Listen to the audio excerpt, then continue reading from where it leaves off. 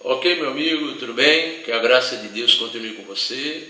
Aqui é o evangelista Alessandro César e eu estou aqui para mais uma vez examinarmos as Escrituras.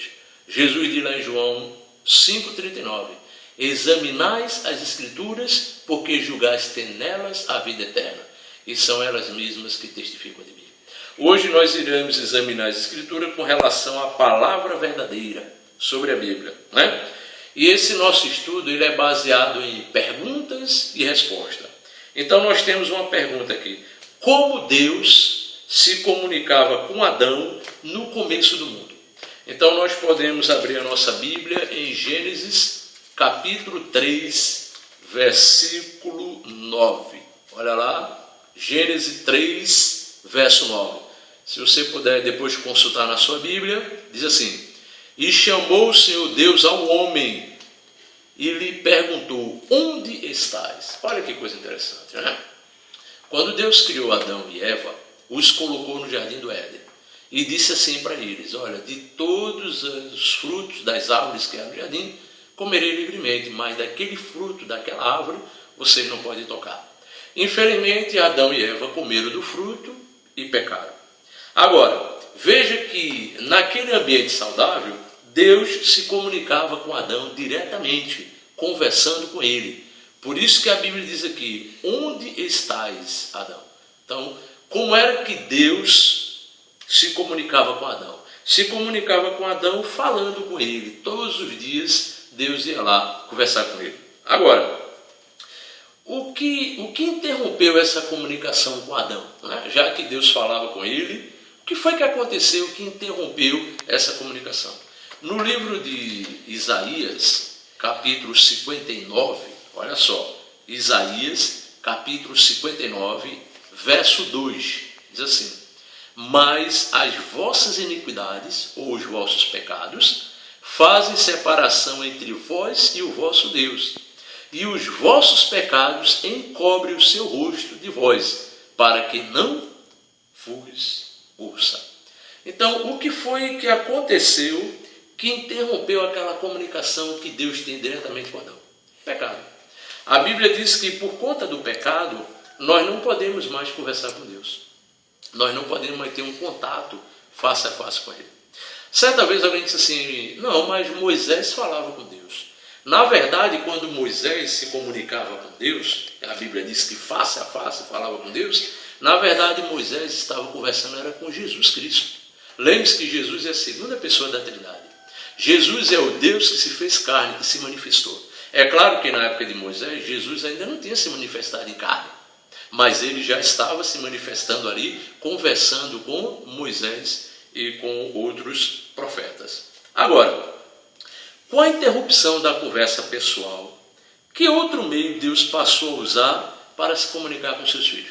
Por exemplo, já que Deus não pôde mais falar diretamente com o homem, então qual foi o outro caminho que Deus usou para ele poder se comunicar com a humanidade? Nós podemos encontrar isso no livro de Hebreus capítulo 1, lá no final da Bíblia, perto de Apocalipse, né? Um pouco antes de Apocalipse. Você tem Hebreus, no capítulo 1 de Hebreus, verso 1 e 2. Olha só, com a interrupção da conversa direta, que outro meio Deus usou para se comunicar com o homem, né? Já que os pecados separam o homem de Deus. Capítulo 1, verso 1. Havendo Deus outrora falado muitas vezes e de muitas maneiras aos pais pelos profetas, nestes últimos dias nos falou pelo Filho, a quem constituiu herdeiro de todas as coisas, pelo qual também fez o universo. Então veja, por conta do pecado, por conta de Deus não poder mais falar com o homem diretamente, Deus teve que usar profetas e usou Jesus Cristo para poder se comunicar com o ser humano. Olha como Deus é amoroso, não é? Você está percebendo aí que Deus ele sempre vai arrumar um jeito de se comunicar com você, né? O Todo-Poderoso, já que a gente não pode falar diretamente com o Todo-Poderoso, porque os nossos pecados nos separam dele, ele usa os profetas, usa Jesus Cristo, usa a Bíblia para se comunicar com você. Muito bem. Agora, como era que Deus se comunicava com os profetas, né? Ou se comunica, porque nos últimos dias Deus vai levantar profetas nessa terra. Então, como Deus se comunicava com os profetas. Lá no livro de Números, capítulo 12, Números é o terceiro livro da Bíblia, tá? Você tem Gênesis, Levítico, aliás, você tem Gênesis, Êxodo, Levítico, Números, quarto livro da Bíblia. Então, no livro de Números, capítulo 12, versículo 6, diz assim: então disse, Deus disse, ouve agora as minhas palavras, se entre vós há profetas, eu, o Senhor, em visão a ele, me faço conhecer e falo com ele em sonhos. Olha só, Deus falando aí para o povo de Israel. Disse, olha, Deus dizendo a Moisés, se no meio de vocês houver um profeta, eu vou falar com ele. Como que Deus vai se comunicar? Através de visão, quando o profeta fica de olho aberto e recebe a iluminação de Deus, a revelação de Deus. Deus fala com o profeta e também em sonhos. Ok? Então, como Deus se comunicava com o profeta? Através de visão, fala e sonhos. O que Deus diz sobre a inspiração da Bíblia? Não é? Porque os profetas escreveram a Bíblia. Não todos os profetas, mas a maioria deles escreveram a Bíblia. Não é? Então, o que Deus diz sobre a inspiração bíblica? Você vai lá para 2 Timóteo, lá no final da Bíblia, lá quase no final, né? Não é bem no final, quase no final. Segunda carta de Paulo a Timóteo, capítulo 3,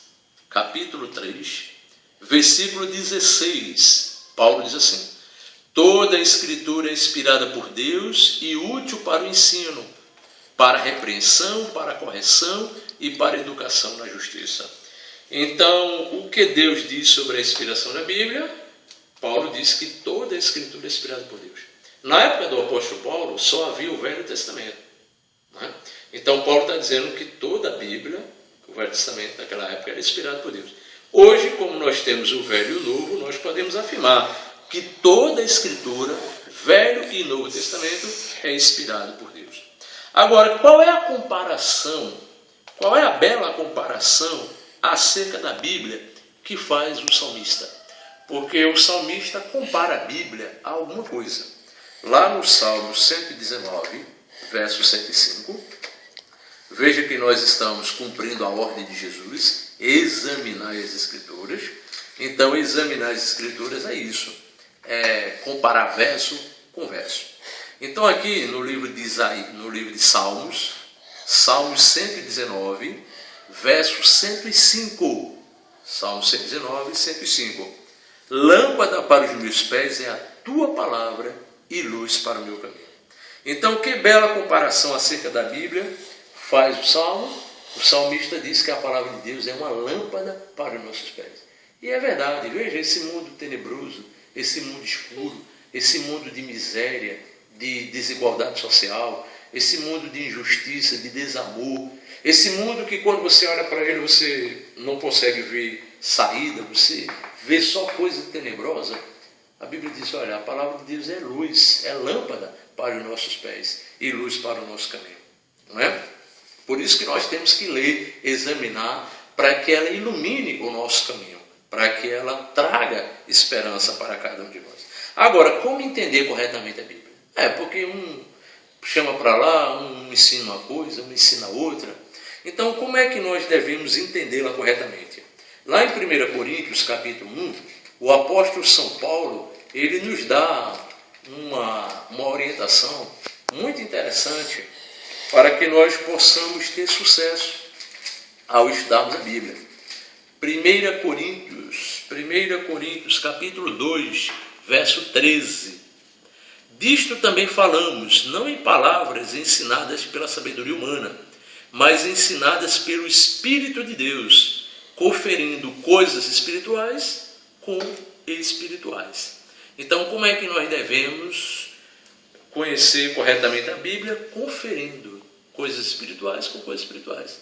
Então, você não pode fazer uma doutrina em cima de um verso. Você tem que comparar verso com verso. Veja, hoje nós estamos examinando as Escrituras no que se refere à palavra de Deus, né? A palavra de Deus. Então, como entender corretamente a Bíblia? Conferindo, né? Um assunto aqui, outro assunto ali. O que podemos obter pelo estudo da Bíblia? Tá, tudo bem, eu vou estudar a Bíblia, o que é que eu vou ganhar com isso? O que é que eu vou obter ao estudar a Bíblia? Em 2 Timóteo, vá um pouco para frente, né? Você está em Coríntios, vá passando, você vai passar Gálatas, você vai passar Efésios, você vai passar Filipenses, Colossenses, vai passar Tessalonicenses, vai chegar em Timóteo. Então, segunda carta de Paulo aos Timóteo, segunda carta de Paulo a Timóteo, capítulo 3, verso 15. E que desde a infância sabe as sagradas letras, que pode tornar-te sábio para a correção, e que desde a infância sabes as sagradas letras, que podem tornar-te sábio para a salvação pela fé em Jesus Cristo. Então, o que podemos obter pelo estudo da Bíblia? Sabedoria. Olha que coisa boa, né? Então, uma pessoa sábia não é uma pessoa que conhece física, que conhece medicina, que conhece muitos assuntos estudados em livros seculares. Não. Ali são pessoas inteligentes. Pessoas sábias são pessoas que são guiadas pelos ensinos da Bíblia. Tornar-te sábio. Isso é que é sabedoria. Bom, o que Deus diz sobre a validade da Bíblia? Até quando a palavra de Deus valerá, né? Aqui em Isaías capítulo 40, a Bíblia diz assim, verso 8: seca-se a erva e cai a sua flor, mas a palavra do nosso Deus permanece eternamente. Olha que coisa maravilhosa, né? Então, o que diz a Bíblia, o que diz Deus sobre a validade da Bíblia? Que ela permanecerá para sempre. Então, meu amigo, nesse nosso vídeo, o meu objetivo foi examinar as Escrituras no que se refere à palavra verdadeira. Nós vemos que Deus se comunicava com Adão diretamente, mas por conta do pecado, Deus não pôde mais falar com o homem diretamente. Então, Deus teve que usar profetas, teve que enviar Jesus para se comunicar conosco. Deus dava visões e sonhos e falava até com os profetas. Nós vimos que toda a Bíblia é inspirada por Deus. Nós vimos que a Bíblia é lâmpada para os nossos pés e luz para o nosso caminho. Vimos que uma maneira correta de estudar a Bíblia é conferindo coisas espirituais com coisas espirituais. Nós vimos também que a palavra de Deus nos torna pessoas sábias e vimos também que ela dura para sempre. E agora eu quero fazer um convite para você. Quer você continuar estudando a Bíblia? Quer você entregar a vida a Jesus? Quer você dar um voto de crédito à palavra?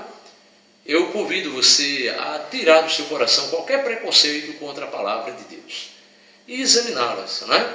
Convido você a dar um like aqui no nosso vídeo, se inscrever no canal, curtir, compartilhar. Faça o que você quiser. Agora não deixe de assistir a esses vídeos. Por quê? Porque a minha esperança é que você cresça na graça do nosso Senhor Jesus Cristo. E não esqueça, examinais as Escrituras, porque julgaste nela a vida eterna. Um abraço e até o próximo vídeo.